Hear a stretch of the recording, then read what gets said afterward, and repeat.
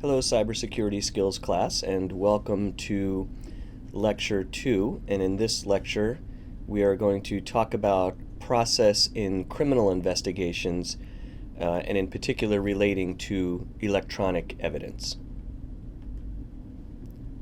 So the first piece of this discussion is to talk about the background law relating to search and seizure, and that background law is going to, of course, form the background for all of our discussion about the criminal investigation of electronic evidence. And the bedrock of that background is the Fourth Amendment. So the Fourth Amendment, as you all probably know, is the provision of the Constitution that deals with search and seizure. And as the amendment says, the right of the people to be secure in their person, houses, papers, and effects against unreasonable searches and seizures shall not be violated, and no warrant shall issue but upon probable cause, supported by oath or affirmation, and particularly describing the place to be searched and the persons or things to be seized. So there is a statement here about reasonableness, that any search or seizure has to be reasonable, and there's a provision here about search warrants and the kind of cause that has to support a search warrant. And of course, the historical background of this amendment has to do with one of the key touchstones of the American Revolution, which was the provision for general assistance writs and warrants under which the British Crown could go ahead and search a home or occupy a home or commandeer property or goods or persons really without any sort of due process. So this is a fundamental bedrock principle of our constitutional system, and however we're going to think about its relationship to electronic kinds of evidence, we have to try and think about ways as lawyers in which the legitimate need to obtain electronic evidence in relation to crimes or possible crimes is always seen in light of and balanced against this basic principle. So we're going to talk first about search warrants, and then we're going to talk about kind of related or subsidiary kinds of authority that often come into play in cases involving electronic evidence. And in particular, we'll talk a little bit about wiretaps. We'll talk about the Electronic Communications Privacy Act and the Stored Communications Act.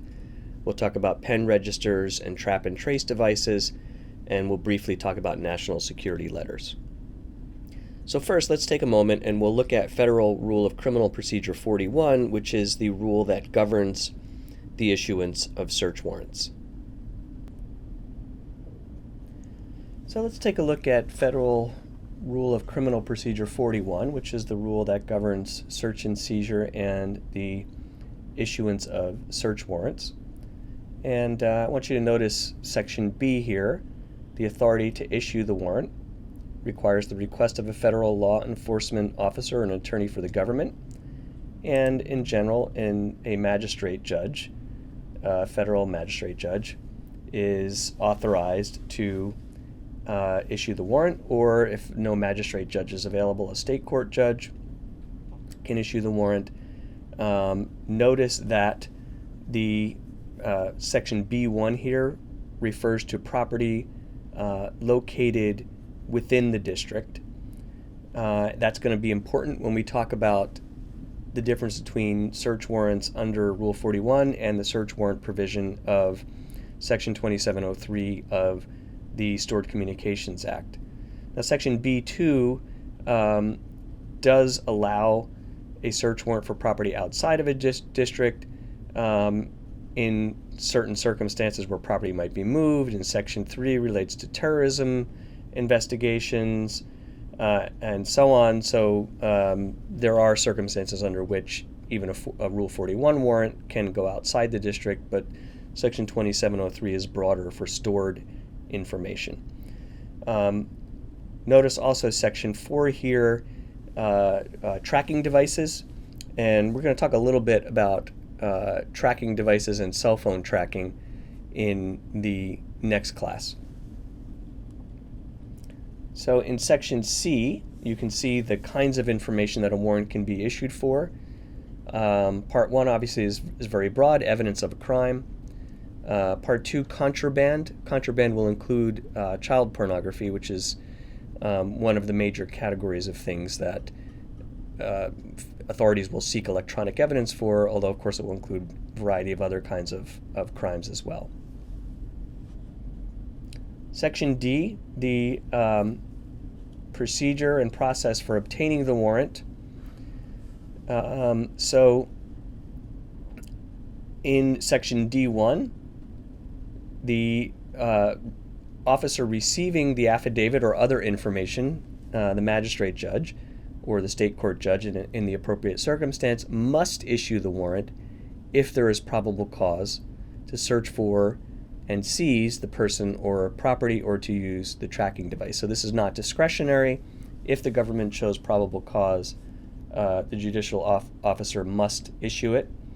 And notice in section 2 the process and procedure that's required. So kind of the routine thing is to submit an affidavit, right, written sworn testimony supporting the probable cause for the warrant. And in many cases, most cases, judges will issue the requested warrant based simply on that affidavit. Some cases the court may narrow the scope of the warrant or so on. There are cases in which the court may require sworn testimony in court, and you can see that in Section B. And in Section 3, the court may also issue a warrant based on information communicated by telephone or other reliable electronic means. And of course that sometimes has to happen when there are circumstances that are developing rapidly and the warrant may need to be obtained rapidly. But what you should notice about all of these sections is they do require, some representations under penalty of perjury made to a court, and there is some record made of those requests, an affidavit that's filed in court, or other kinds of transcript or other kinds of communication. So there's a record made, and that is kind of the important piece of judicial process. And whenever we're talking about checks and balances and judicial oversight, there's a neutral magistrate, a neutral judge who is evaluating this. There is a requirement, backed up by sort of some kind of rule of law, like the penalty of perjury, of supplying accurate information, and there's some kind of record made. I mean, even if the request is made, as warrants ordinarily are, ex parte, without notice to the other side, there's a record made. And so if it has to go back and be challenged later on, it can. And that's an important distinction when you're talking about process with a warrant or some kind of court order, and without it. All right, so issuing the warrant, the contents of the warrant, what it has to include. Notice that the warrant has to identify the person or property, and indicate the magistrate judge to whom the warrant has to be returned, indicating that the warrant has been carried out. And it requires a specified time, can't go on forever, no longer than 14 days. Requires the time when it has to happen, unless there's good cause for it to happen. So it is limited in scope and it is limited in time, and the warrant itself has to note those things. Why is this important? Again, it goes back to this concern about general warrants, about the government being able to say, as was some of the issues that sparked the American Revolution, right? That the government can just say, we have authority whenever we want to come in, quarter troops wherever we want to quarter them, search whatever we want to search, and it's a generalized authority.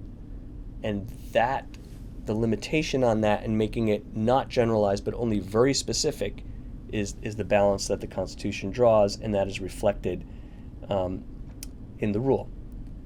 All right, when the warrant is executed and then returned to the magistrate, what has to be noted is a specific inventory of all the property seized. And you can see the provisions here for sort of the checks and balances on that, having another person present and so on. And the warrant and a receipt for the property that is taken is given to the person to whom the property was taken from. So, you even though the warrant is issued ex parte, when the warrant is executed, the person who would otherwise be in control of the property on which is executed has to get a receipt. And what's the idea here? Well, if the warrant was somehow improper or the charges don't hold up, you get your property back, right? The government can't just take your property. And there are provisions in the rule for a person to make a motion to get their property back, as well as a motion to suppress the evidence seized under the warrant if there is some grounds to suppress the evidence. For example, if there wasn't truly probable cause, if it's the fruit of the poison tree doctrine, the alleged probable cause developed through evidence that was otherwise improperly seized, and so on. All of these procedural safeguards in the rule relate to the substantive safeguards of the Fourth Amendment. So those are the basic provisions for search warrants, and of course, with most kinds of existing electronic information, a search warrant is always a possibility and is always an option and is always potentially available if the government is able to show the required probable cause and get the warrant from a judge. Now, on this chart, I have 4 other possible means of obtaining electronic information in a criminal investigation. The first of these is the wiretap, and the wiretap actually requires a higher showing than an ordinary search warrant, and we'll talk about that in just a moment. The other 3, the Stored Communications Act, Pen Register Trap and Trace, and National Security Letters, require a lower showing, and in some cases a far lower showing than a search warrant, and we'll talk about those as well. So let's talk first briefly about wiretap. I gave you the wiretap statute to read. And what you should gather from looking at the wiretap statute and looking at the whole scheme, kind of putting it all together, the search warrant and these other means that we list here are either obtaining existing records or obtaining information about communications. The wiretap statute relates to obtaining communications that are in transit. And because a communication that is in transit, or if you want to think about it in terms of not electronic evidence but ordinary evidence, simply just say a conversation over an ordinary phone line, which is really sort of the part of the original basis of the need for wiretaps. That kind of communication in transit is seen as having a heightened level of constitutional protection. If a record is created, the record is there, it's created, the privacy interests, the Fourth Amendment privacy interests, and the speech interests, and the associational interests under the First Amendment aren't quite as strong as they are in the case of communications in transit. At least that's the way the law has looked at it. And so therefore the law has developed to require, and the statute requires, really what you might consider a super warrant in order to get a wiretap order. So the showing that has to be made for a wiretap order is the probable cause standard under the Fourth Amendment, plus a showing that normal investigative procedures have failed or will likely fail or are too dangerous. And so often what the showing that has to be made is that the communication is ephemeral.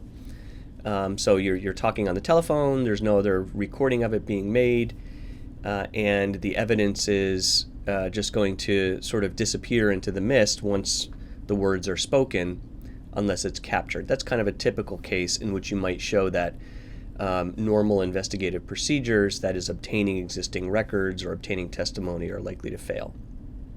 So wiretaps can apply to spoken communication. They also potentially can apply to electronic communication. So capturing keystrokes in real time, for example, when people are writing emails or communicating in chat rooms.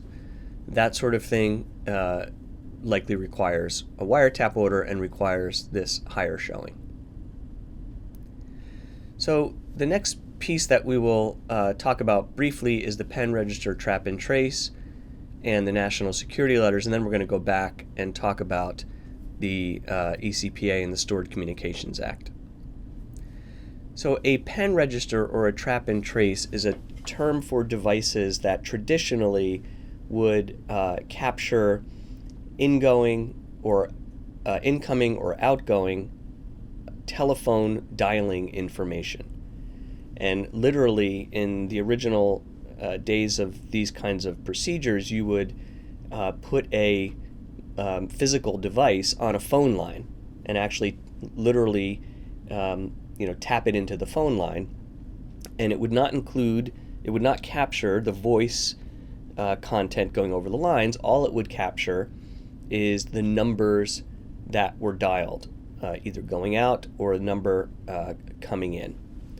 Now this did come a bit into the electronic age because it was not simply a rotary telephone device, but it was in the time when you had push-button telephones as well.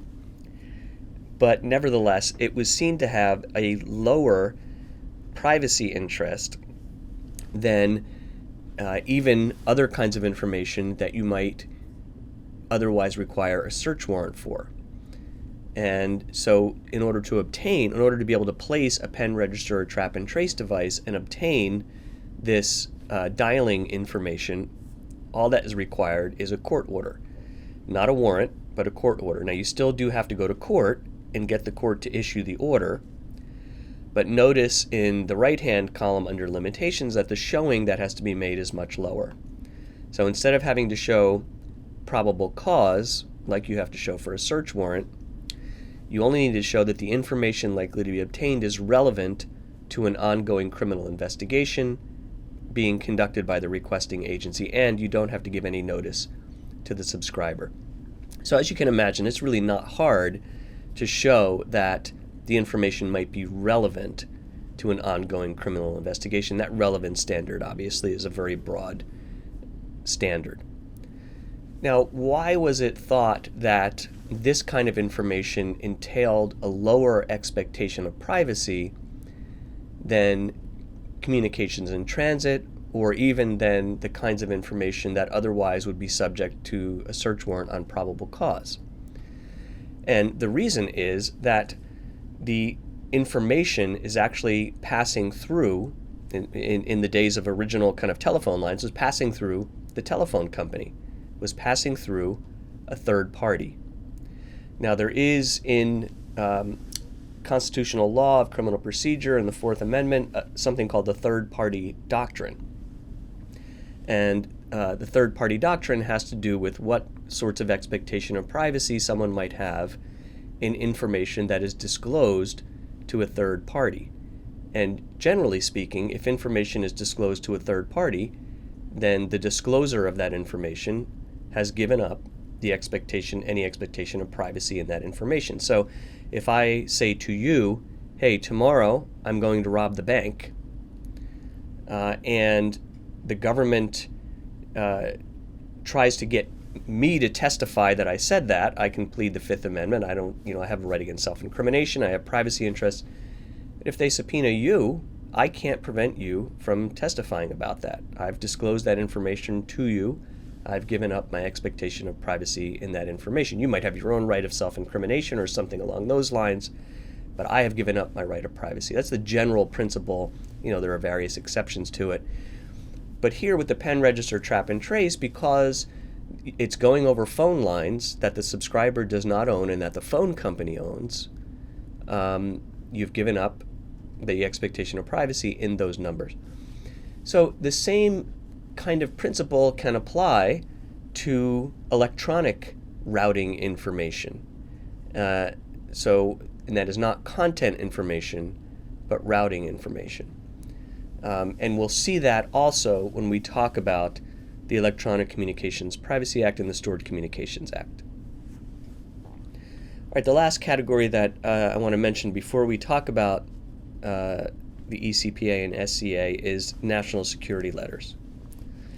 The national security letters are extremely controversial, and were also sort of part of the package of things. If you took the national security, cybersecurity course, you'll recall talking about this briefly, and also talking about, of course, the FISA statute and other procedures through which the government has conducted and still conducts, in some respects, surveillance of electronic communications and on the internet. And the national security letters were one aspect of that. So this allowed the FBI to issue a letter to a telecommunications service provider requiring the provider to supply to the FBI subscriber information, toll billing records, and other transactional records. And these transactional records would not include content. So if it was content in transit would require a wiretap still. If it was stored content, it would require the kinds of orders under the Stored Communications Act that we'll look at in a moment. But subscriber information, identifying information, and so on. And this is the sort of thing that if you were in class, for our first in-class session with Brian Sinclair from the Bergen County Prosecutor's Office, talking about that routing and header information on an email would include that sort of information. But notice here, it didn't require any kind of court oversight at all. It doesn't require any, this is still the law, it doesn't require any kind of court oversight at all. The FBI can simply issue the letter. Now, the FBI has to, in order to have the authority to issue the letter, has to assert that the information is relevant to an authorized investigation to protect against international terrorism or related to clandestine intelligence activities. There is no disclosure to the subscriber of this process happening, but there is a procedure for the ISP to challenge it if the ISP wants to challenge it. So this has been and is and remains very controversial. It is still widely used, and I think it raises issues for us as lawyers, certainly from my perspective, because it lacks any sort of judicial oversight. Even the Pen Register and Stored Communications Act and these other provisions at least usually require some kind of judicial oversight. Okay, so let's look now at the ECPA. And for this portion of the presentation, I'm going to draw directly on the Searching and Seizing Computers and Obtaining Electronic Evidence in Criminal Investigations manual that is published by the U.S. Attorney's Office. This is the manual that is used by the FBI and the U.S. Attorney's Office when it's conducting electronic investigations. It's really thorough and really helpful. It provides some good background on the practical steps that have to be undertaken to get the various sorts of process that might be issued, as well as forms and other kinds of materials. There's a URL for it up here on the screen, and you can also find it pretty easily by Googling it.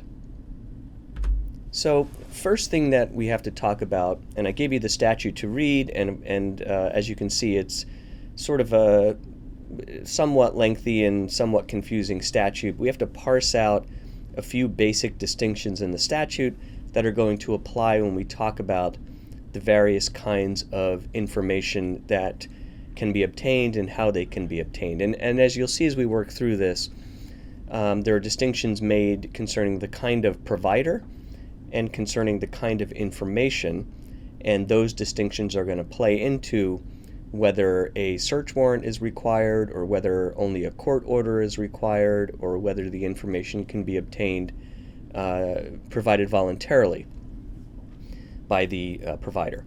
Okay, so let's talk about the kinds of provider. The basic distinction in the statute is between an electronic communication service, or ECS, and a remote computing service, or RCS. And if a provider doesn't fall into either of those categories, then they may not be covered under the statute, or they may fall under a different provision. Okay, so the ECS, Electronic Communication Service, the statutory definition is any service which provides to users thereof the ability to send or receive wire or electronic communications. Remote computing service, the provision of computer storage or processing service by means of an electronic communications system. So you can see the basic distinction that's trying to be set up in the statute is the distinction between communications in transit and communications in storage. And that's going to be a really key distinction in the statute. Now, you could see if you look at these definitions that you would think, well, there's a lot of ISPs that are probably both ECS and RCS. And we will see in a moment, as we look at some of these provisions, there is some difference in case law about how to classify ISPs and other entities that handle email. So there is some ambiguity in the statute, and if you notice that, you're right to notice it. So some basic distinctions in the kind of process that can be used to obtain information. And remember, what we're talking about here is for the government to obtain information not directly from the individual suspect, but from some kind of information storage provider like an ISP that is holding electronic information of the suspect. So good example, perfect example is emails. Okay, so the kind of process, one is voluntary disclosure. There are circumstances under which a provider can, without violating any provision of law, voluntarily disclose information to the government. And by the way, the Electronic Communications Privacy Act and the Stored Communications Act make it unlawful for a provider to disclose information to the government unless there's a provision in the statute that allows it. So it is a privacy protective statute in the sense that it makes this voluntary disclosure unlawful unless the statute allows it, or there's some other kind of process that's provided. Okay, so the first one is voluntary disclosure. Second one is a search warrant, and we'll see as we work through this in a couple of minutes that these are similar to the search warrants under Rule 41 with some twists. The third is a Section 2703D order. And so this is a court order, not a search warrant, but a court order, and we'll see in a moment what the standard is. The 2703 order can be issued under some circumstances without prior notice to the subscriber, and under some circumstances there has to be notice to the subscriber given, and we'll see in a minute what those are. And the fourth category is a subpoena, and the subpoena, again, under some circumstances can be issued without prior notice to the subscriber, and some circumstances require prior notice. And you'll see as we look at this that the 2703 order requires some degree more of process and scrutiny than a subpoena. Okay, so let's take the subpoena provisions first. And the first one is a subpoena without notice. And as you can see, these slides that are going to follow, this one and the ones that will follow, are really drawing directly out of the CCIPS manual. So the Act permits the government to compel disclosure of basic subscriber and session information using a subpoena. And so this can include the name of the subscriber, the address, certain connection records, the length of the service, a temporarily assigned network address, in other words, an IP address, means of payment, credit card, bank account number, right? This is all identifying information that allows the government to figure out who a subscriber is. In a computer investigation context, it may be, and again, this is something that Brian Sinclair mentioned last week. He was talking about process under state law, but that's very similar to this process under federal law. You have the IP address, you can simply have a subpoena issued and get this identifying information. Now, how would you have a subpoena issued in a criminal case? Any of the kind of processes that you might use in a criminal matter to have a subpoena issued, and one of the kind of typical ones is a grand jury subpoena. And it is, kind of as Brian described last week at the state level, same is true at the federal level. It's not all that difficult to have a grand jury subpoena issued. The showing is not that hard. So this is a relatively easy thing for the government to get. So the second category of subpoena is the subpoena with notice to the subscriber. So notice that the identifying information, the subscriber never has to be notified that that information is being provided to the government. And again, the rationale is, well, the subscriber has given that information to a third party. Whether it's a phone company, whether it's an ISP, you've really surrendered pretty much your rights of privacy in that information. So now here, we are getting into content information, right? So the first category without notice is identity information. This category is content information. Now, a principle to notice, this first subsection here, everything that can be obtained using a subpoena without notice, right? These are sort of cumulative provisions. So obviously, if you can get it with a subpoena without notice, you can also get it with a subpoena with notice. But in addition, you can get content information. And the thing that you need to notice about the content information for merely a subpoena is it relates to the length of time that it has been in storage, and it relates to the kind of system where it has been in storage, right? So look at paragraph 2 here, and these paragraphs, of course, are from the manual, the government manual, and they reference the section of the statute, as you can see here. So, contents of a wire or electronic communication that have been in electronic storage in an electronic communication system for more than 180 days. And then the next provision, the contents of a wire or electronic communication held by a provider of a remote computing service on behalf of a subscriber or customer of such remote computing service. So for an ECS, electronic storage more than 180 days, can be obtained simply through a subpoena. And that's content, right? That means the contents of the email, not just the header information. Or for less than 180 days, if it is held by an RCS. So this is where a distinction between ECS and RCS may be important. And again, this is a subpoena, doesn't require prior court order. It can be issued through process like a grand jury subpoena.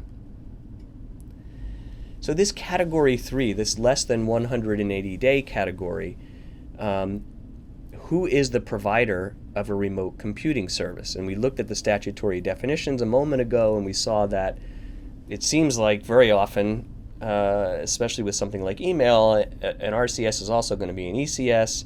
How do we sort of figure this out? Well, generally, electronic storage, and this is the category, the second category, things in electronic storage. If it's less than 180 days, you'd require a search warrant. Electronic storage is defined as temporary intermediate storage for purposes of backup. So what's the rationale for this kind of distinction? Well, the idea is that if it's temporary or intermediate storage, or only for purposes of backup, that's an ephemeral kind of storage. So for example, let's say that you're sending a Snapchat, and the system is designed so that chat disappears off of the system after a period of a few seconds. That's a temporal kind of storage. If it's not otherwise stored on the system, and by the way, with Snapchat it may well be, but if it's not otherwise stored on the system, then to get that from the provider is equivalent to a wiretap. Whereas if it's in longer term storage, then it's not equivalent to a wiretap. And that's really the distinction. So most circuits will say that if an ISP stores copies of sent and opened emails for more than just temporary or intermediate purposes, but as sort of a routine practice, then that ISP is acting as an RCS, and therefore the information is not in under this definition of electronic storage, and therefore the information can be obtained with a subpoena, even if it's been in storage less than 180 days. And this is pretty routine for ISPs. If you use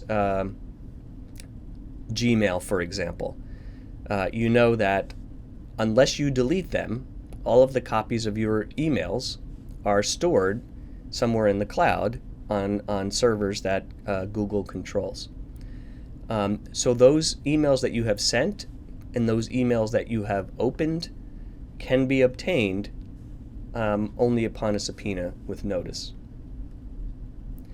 Now, a tweak on this is that in the Ninth Circuit, there is a case that says that an ISP that is storing copies of sent and opened emails is really acting as an ECS, not as an RCS, that the information does fall under the definition of electronic storage, and that therefore to obtain the contents of sent and opened emails requires a search warrant. So within the Ninth Circuit, under some circumstances, the government may need to actually get a search warrant, and because of this Ninth Circuit case, there are some lower court cases in other circuits that interpret it the same way, and there are some service providers that operate nationally that are routinely going to require or demand a search warrant before they give the information to the government. So now let's take a look at the Section 2703 orders. And this, of course, is a court order. It's going to require more process than simply a subpoena, and we'll look in a moment at what kind of showing is required. So let's look first at the 2703 order without notice. So first, anything that can be obtained through a subpoena without notice. And then second, all records or other information pertaining to the subscriber that are held by the provider, not just the specific records that are referred to in the subpoena provision, but not including content information. So we're talking about record information here, not content information, if you're proceeding without notice to the subscriber. What kind of showing has to be made, and that is here under 2703 D, and it indicates that the government has to show specific and articulable facts showing there are reasonable grounds to believe that the records are relevant and material to an ongoing criminal investigation. So this is a showing that is higher than a subpoena, but it's significantly lower than a search warrant. It's not probable cause. It's simply specific and articulable facts of relevance.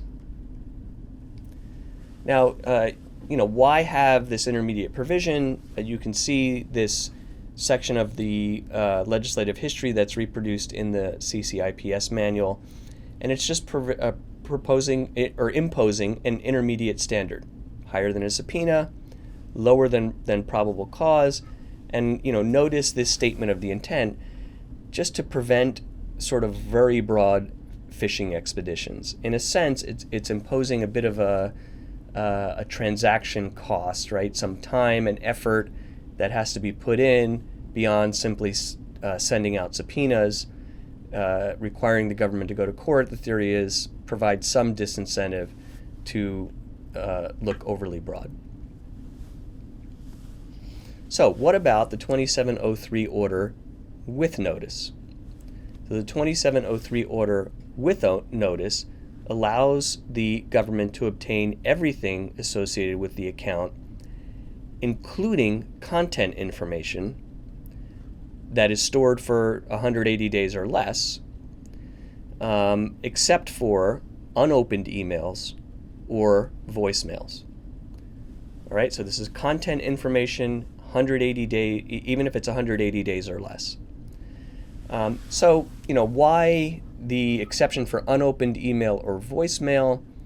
This is just reflecting the drafters of the statute, trying to balance out where there may be heightened expectations of privacy, either on behalf of the subscriber or on behalf of a third person, that might require other kinds of process on that third person. So if someone has sent an email and you've sent me an email and I haven't opened or read it yet, then it hasn't necessarily been disclosed yet to a third party, and the third party doctrine might not apply, and the same thing might refer to unopened voicemail.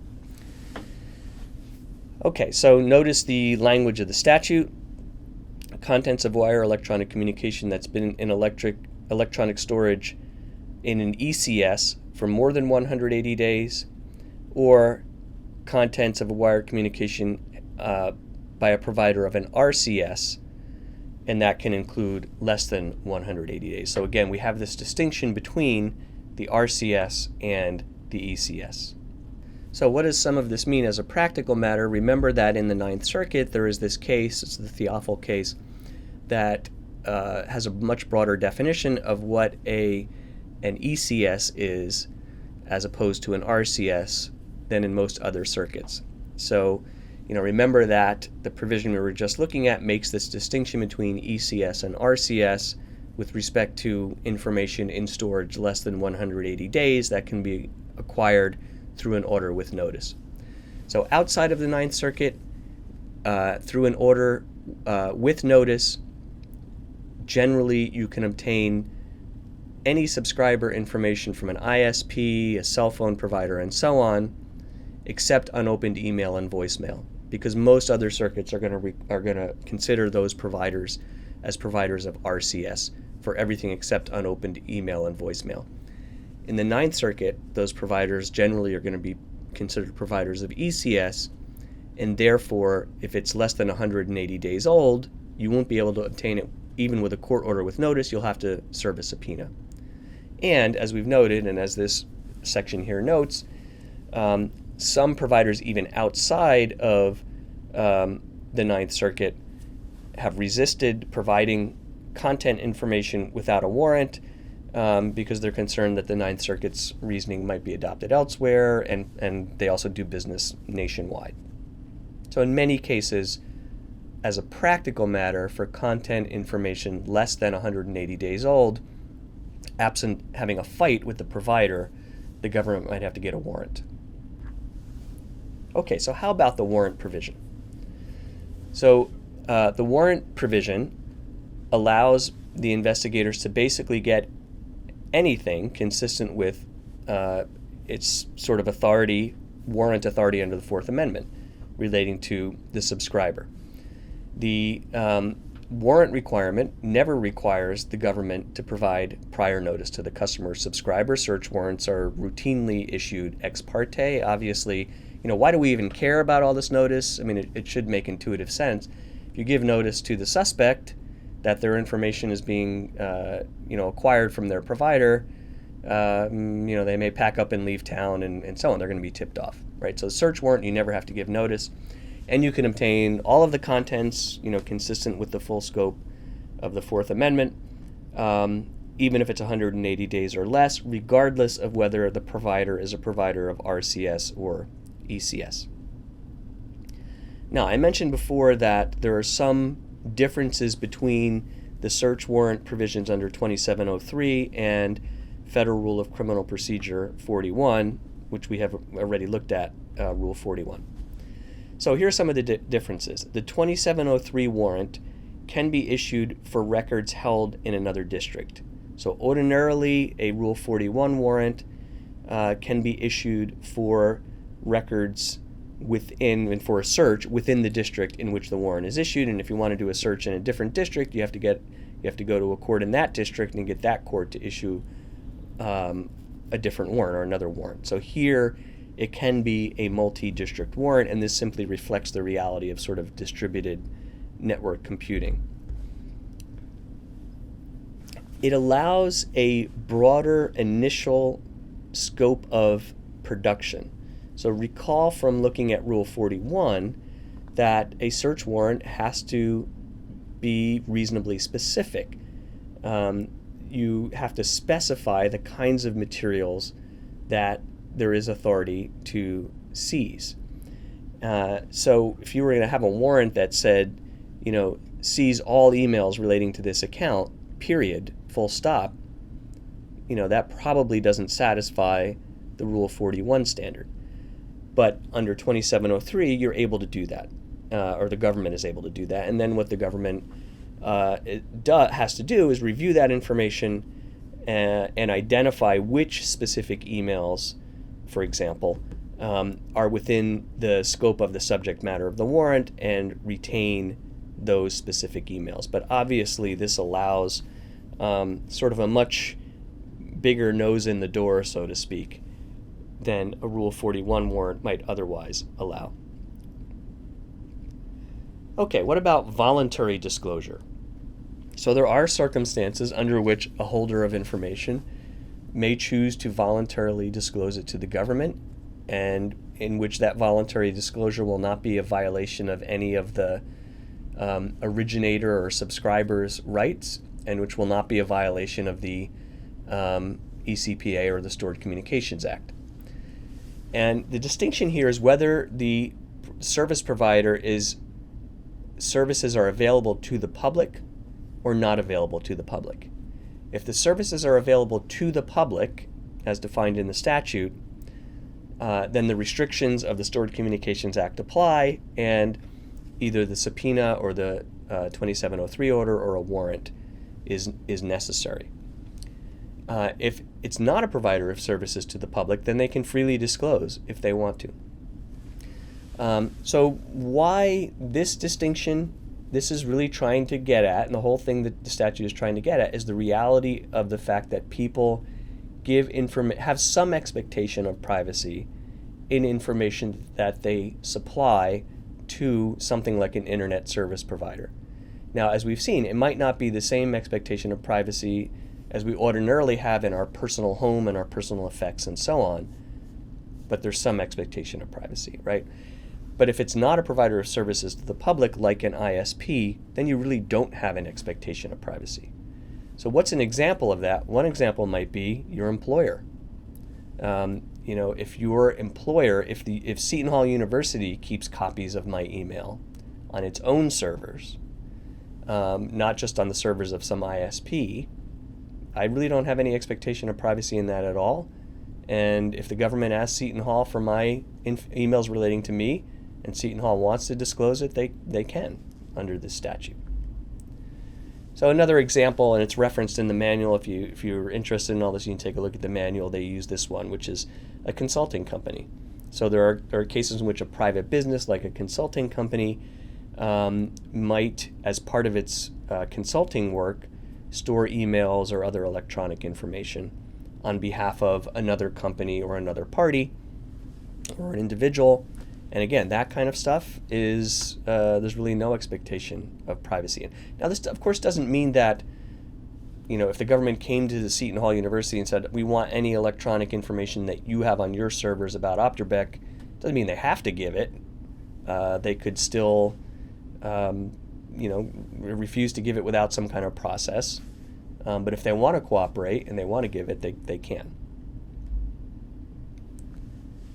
All right, what else? There are other circumstances in which voluntary disclosure can be allowed regardless of this public-private distinction. And one really important one is consent. So if a disclosure is made with the consent of the sender, then it can be voluntarily made. And this can come into play when there are terms of service or terms of use that in which the provider says we may provide certain information to the government.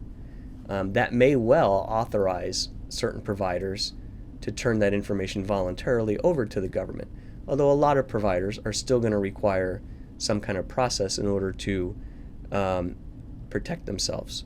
So this is these first couple paragraphs about consent. The third paragraph here talks about rendition of the service or protection of the property rights or property of the provider of that service. So if the service provider is being hacked itself and it's trying to investigate that hack, it might be able to disclose some of that information.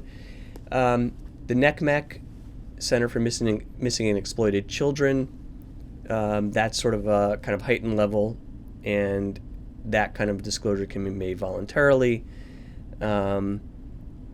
inadvertently obtained by the service provider and relate to the commission of crime, relatively narrow category. And then the final category, in good faith, there's an emergency involving danger of death or serious physical injury. This kind of category, and I think Brian Sinclair mentioned this briefly last week, if there is a case of possible suicide, and a person sends an email or posts something to social media saying, I'm going to go jump off the bridge right now, that's where this provision will kick in. And if the government, if the authorities simply contact the provider and say, we've got information this person's going to commit suicide, we need to know who it is, you don't have to go through the trouble of getting a court order. So here is a chart drawn from the manual that I think is really helpful in kind of trying to parse some of this out if you're sort of faced with a problem like the one I'm going to give you for the skills exercise this week about what kind of notice you might require and what kind of process you might require.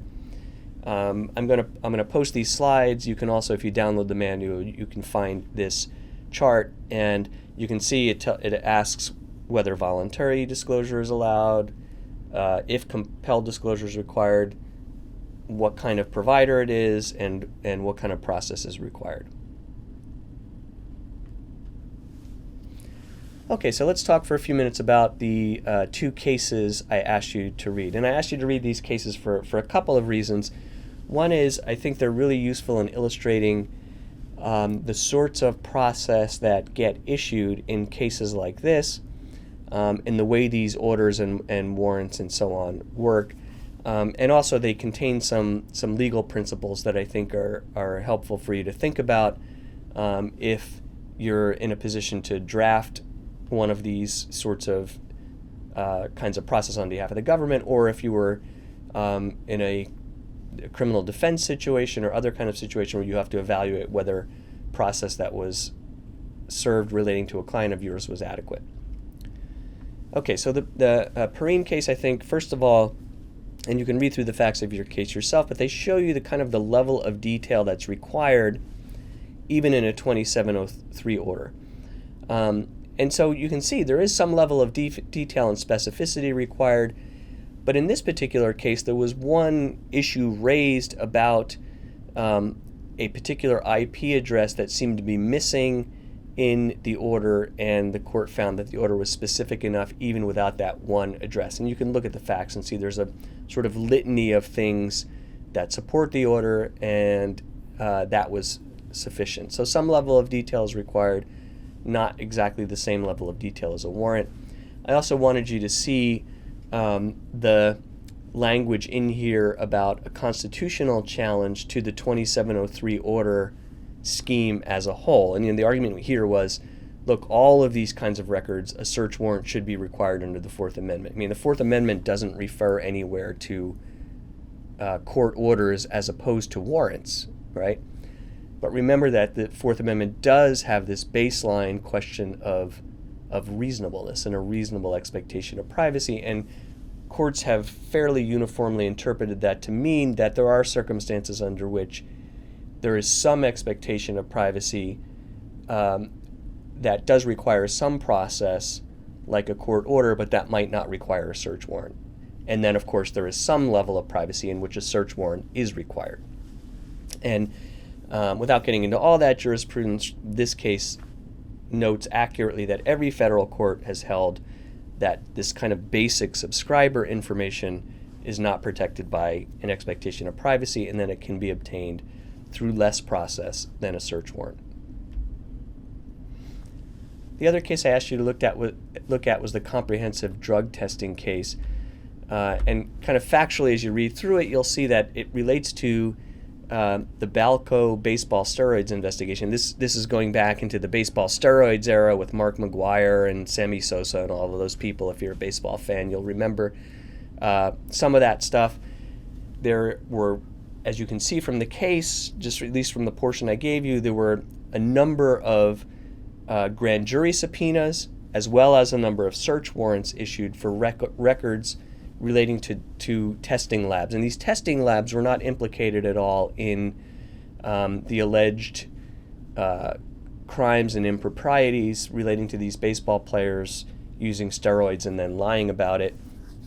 But they had done kind of urine testing and other kinds of testing to see the presence of these various substances in the bodies of these players. And it was only a specific group of players that were alleged to have used these substances and then lied about it, under oath in congressional testimony and I think elsewhere as well.